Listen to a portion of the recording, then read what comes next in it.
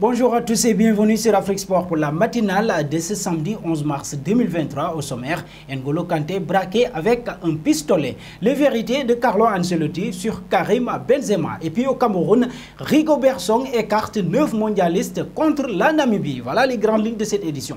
Tout de suite, le développement. On démarre avec le sélectionneur du Cameroun, Rigobert Song, a dévoilé ce vendredi 10 mars une liste de 24 lions indomptables retenus pour la double confrontation contre la Namibie les 23 et 28 mars. Ce double duel compte pour les 3e et 4e journées des éliminatoires de la Coupe d'Afrique des Nations 2023 et se déroulera 109 mondialistes qui avaient coulé les fenêtres de l'Algérie avant de faire une modeste figuration au Qatar. Outre André Onana écarté jusqu'à nouvel ordre, les autres lions indomptables écartés sont Georges Kevin Nkoudou, Samuel Umgouet, Christian Bazogok, Simon Olivier Mbozo, Gaël Ondoua, Marou Suebou et Jean-Pierre Nsamé.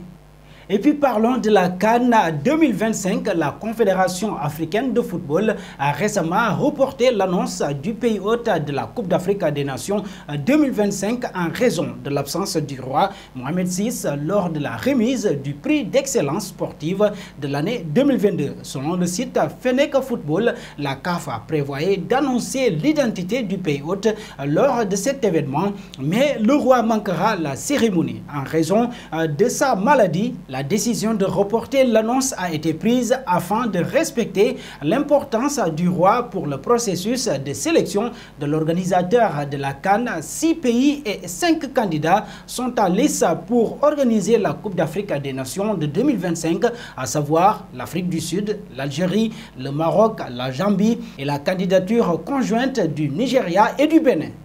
Un saut aux côtés de Pape Gueye prêté cet hiver au FC Séville. L'international sénégalais est toujours lié à l'Olympique de Marseille. Dans une affaire juridique, les deux parties se sont retrouvées ce mercredi et jeudi devant le tribunal arbitral du sport pour une affaire qui remonte à l'été 2020. À l'époque, le jeune milieu de terrain sénégalais en fin de contrat avec le Havre était censé rejoindre Watford. Les 3 parties engagées dans cette affaire ont donc été entendu ces dernières 48 heures par le TAS. Le porte-parole du tribunal vient de relater les événements, précisant que des témoins impliqués dans ce transfert controversé ont été interrogés au cours de l'audience de 2 jours aux côtés d'avocats représentant les 2 clubs. Chaque partie a raconté sa version des faits. La décision de l'instance ne sera pas connue avant mai.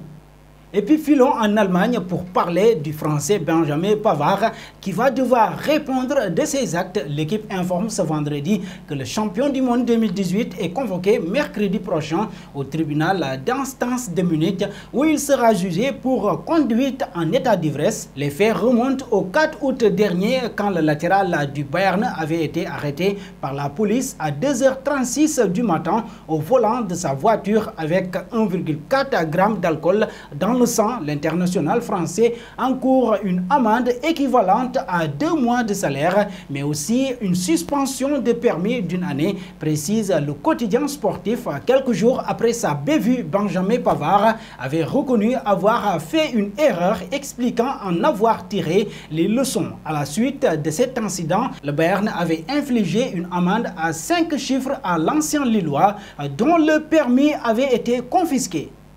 Passons en Espagne. De passage face à la presse ce vendredi, Carlo Ancelotti a confirmé le forfait de Karim Benzema face à l'Espagnol. Le Français devrait donc faire son grand retour en Ligue des Champions. Mais son cas inquiète en Espagne puisque le Français enchaîne les blessures, ce qui contrarie les plans du Mister et de son club. Il n'a pas encore atteint le niveau de la saison dernière et ça nous a touché, mais on pense qu'il sera important jusqu'à la fin de la saison.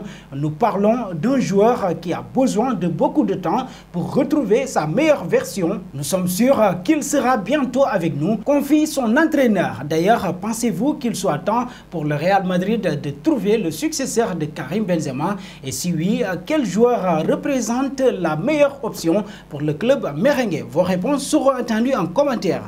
Nous voici arrivés à l'instant quiz avec 3 indices qui vont permettre de connaître notre joueur mystère du jour.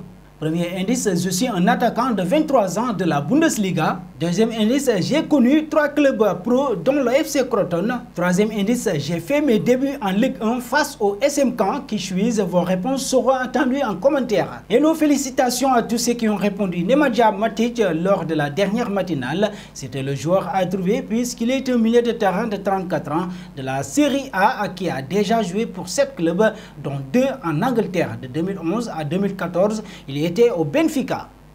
Terminons avec le joueur français N'Golo Kanté. France Football révèle dans une longue enquête consacrée aux problèmes extrasportifs de N'Golo Kanté comment le milieu de terrain de Chelsea s'est fait braquer en 2017 avec un pistolet pour changer d'agent. Alors qu'il était dans un restaurant des Hauts-de-Seine 92, il a été invité à monter dans un véhicule sombre avant que son interlocuteur ne lui pose un pistolet sur l'un de ses genoux et lui lance un ultimatum glaçant. Ton agent, ou tu le quittes ou on le descend. Selon France Football, N'Golo Kanté a démenti cette scène après s'en être pourtant ému auprès de certains de ses proches. Une autre conversation révélée par France Football fait état de pression répétée. Selon l'hebdomadaire, les raisons de cette violence seraient liées au transfert de Kanté de Leicester à Chelsea en 2016 dans un environnement qui a déchiré depuis plusieurs années. Et nous arrivons au terme de cette matinale que nous bouclons avec la question du jour. L'équipe du Real Madrid peut-elle cette fois-ci remporter la Ligue des Champions? Vos réponses seront attendues en commentaire, mais en attendant, n'hésitez pas à vous abonner sur Afrique Sport pour ne rien manquer des informations autour du football.